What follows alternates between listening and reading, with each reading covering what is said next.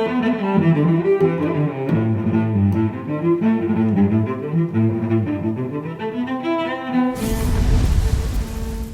guys, Phil Baumhardt here. So for today's video, I'll be working on another custom blade. This one is going to be a BOLO. So the BOLO is a Filipino machete or sword. They use it as a tool and a weapon, and it predates the Philippines, before the incursions of the Spanish conquistadors and all that.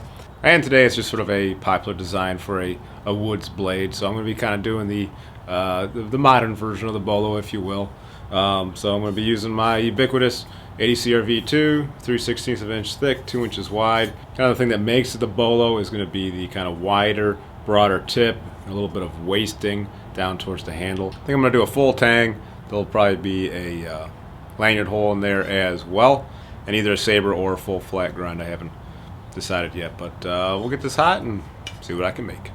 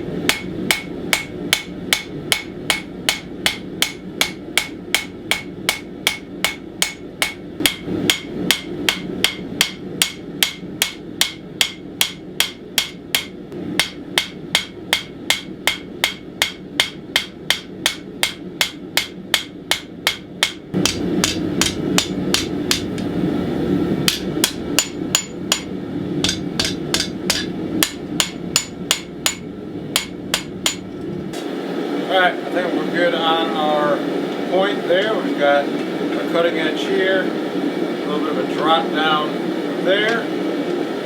So now the widest part of the blade really needs to be right about here. So basically, from this area down, we're going to start our taper. That kind of wasted blade profile.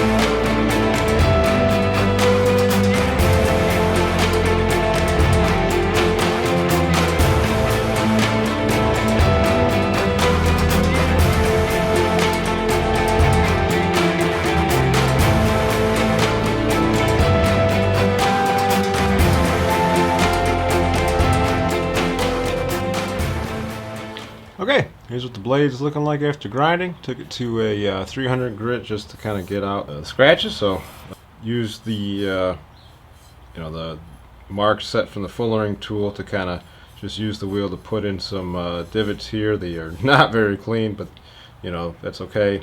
It just sort of lightens the weight. It gives the epoxy a place to go, and also for flattening it out. There's a little bit less material in here to remove. So this is where the handle's going to go up to this little line here. I did some grinding here to flatten that out. Fits my hand just about perfectly. So yeah, this is shaping up real nice. Got good weight and good heft to it. So we'll get on to the drill press, drill some holes, probably our lanyard hole, and we'll get working on some handles.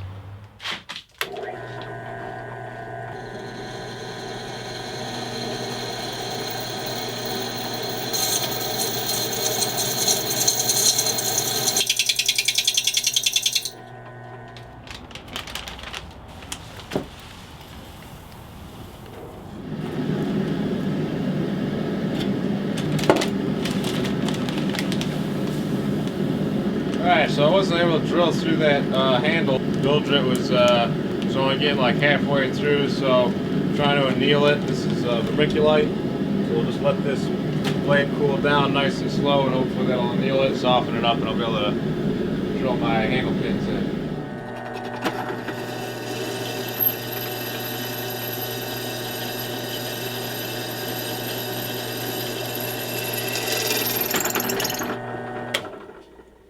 Alright, so the annealing worked perfectly, and I was able to get through that no trouble.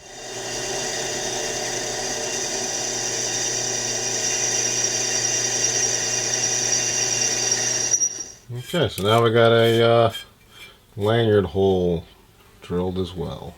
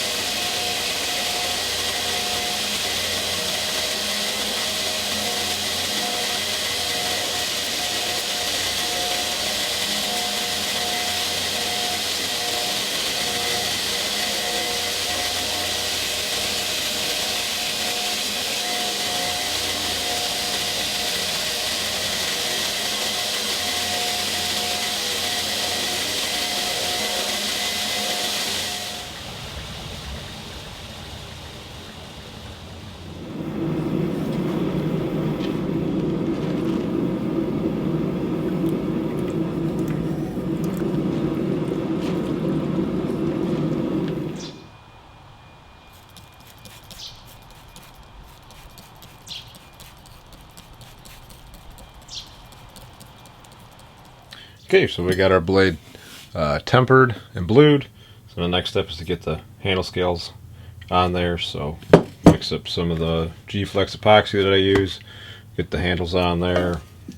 So there's our handles rough shaped. I'm going to wait to do the final finishing and sanding till once they're on there. And then I've also got a little piece of brass tubing that's going to be go in the lanyard hole.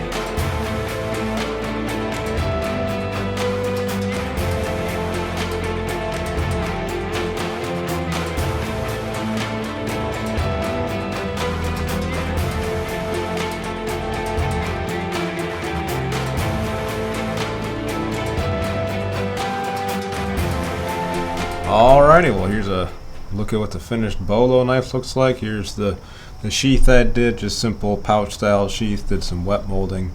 So the knife has got a little bit of retention in there. I made sure to do a big loop so that when it's riding on the belt, the mouth of the sheath is kind of low enough that it's easier to sheath it, because if this rides too high and you're kind of struggling and trying not to stab yourself in the hip as you try to put your knife away. So I wore this for the test cutting and you know, sheathed it intermittently, and it seemed to do what I was looking for. And again, I put this piece on here.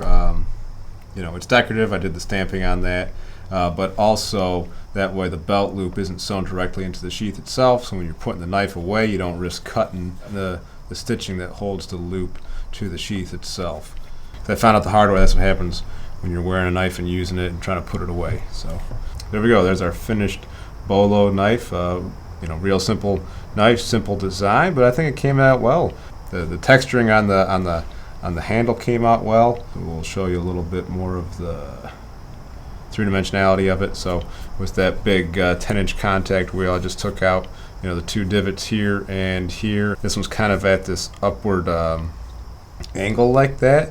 So you get this nice little curve right here, lines up with the end of the palm swell. So when I was forging the tang of this knife, it seemed to fit my hand right there real good. So I thought, okay, that's where I'll put the end of the palm swell. But after I put the handle scales on, it ends up being a little bit smaller. So when I grab it, my finger kind of wants to go up here on the top of the palm swell. It fits in fine, but you can see there that it's a little bit small for my hand. I have a large hand, long skinny finger, so I'm usually wearing a large or an extra large size glove. Works better for my fingers. I'm not blowing out the fingers as much, wearing through them. So but I think it works. So you can kind of grip back here and get some leverage for chopping, and then for finer work you can put your thumb up here on the little ledge like that. Kind of efficient handle, so you can see that the lanyard hole pokes out right there from wearing a lanyard, and you know, there's not any wasted space on this handle. So you know, the customer had some specific parameters that he wanted for this. He wanted a you know, like 9-inch blade, 5-inch handle, and I met those pretty much exactly. But this is a fun knife to make, kind of forge out the whole thing. And the BOLO's got a very specific shape where it's the widest right here, tapers down to the handle keeps tapering, and then it widens back out. And you know, it doesn't look exactly like the drawing that he made, but I think it's a damn good looking knife. So I used maple wood for the handle, and that took that Fibulings leather dye really well. But yeah, overall, real proud of this knife, real happy with it. I'm really digging these kind of contoured handles. I'm going to try to do more of these in the future. I'm going to still try to get better at grinding. I think he wanted this to be a actual hard use woods knife. I don't know if he's going to be in the jungles like the traditional BOLOs are meant to be used in, but in the typical hardwoods of America, which is what I have in my backyard, it did really well. So chopped down some saplings. I have a bunch of grapevines going all over the place. So doing these cutting tests actually gives me an excuse to do some yard work. As a kind of mini machete, you know, it chops through the vines well, which you know, a machete is just light and thin and is meant for going through really thin vegetation. But it's also thick enough. You know, started out with that 3/16 inch blade stock, and from, you know, doing the forging here and kind of compressing this area, you can see we have almost kind of like a fullered look to it, which I think is kind of cool. And a little bit back in here, so the spine actually gets thicker here, so we do have a little bit of a distal taper, but this is definitely thick enough to be chopping through wood and whatnot. And it's with the short size, which is what the customer wanted, makes it very handy. But that the mass of the 3/16 inch thick blade, you still get quite a bit of cutting power out of this. So the spine's got a bit of a rollover lip from that forging process, and so I tested it out on a ferro rod, and it actually does strike sparks on a ferro rod. That wasn't what my intention was. If I wanted this part of the spine to be a dedicated ferro rod striker, I would definitely have done some grinding and made it a really sharp 90-degree angle with a little bit of like an overhang on it, you know, a little bit of a wire edge to really grab onto a ferro rod and throw sparks. But this got the job done, so I'm happy about that. So I think this will be a good kind of overall woodland machete survival knife. So if you guys want your own custom knife, you can find my Etsy web store. There's going to be a link in the description box. I'm also on Facebook and Instagram. You can find me on all these sites under Blackheart Forge. Well, that's all I got for you guys today. Thank you so much for watching. I appreciate the support. And until next time, be more Viking.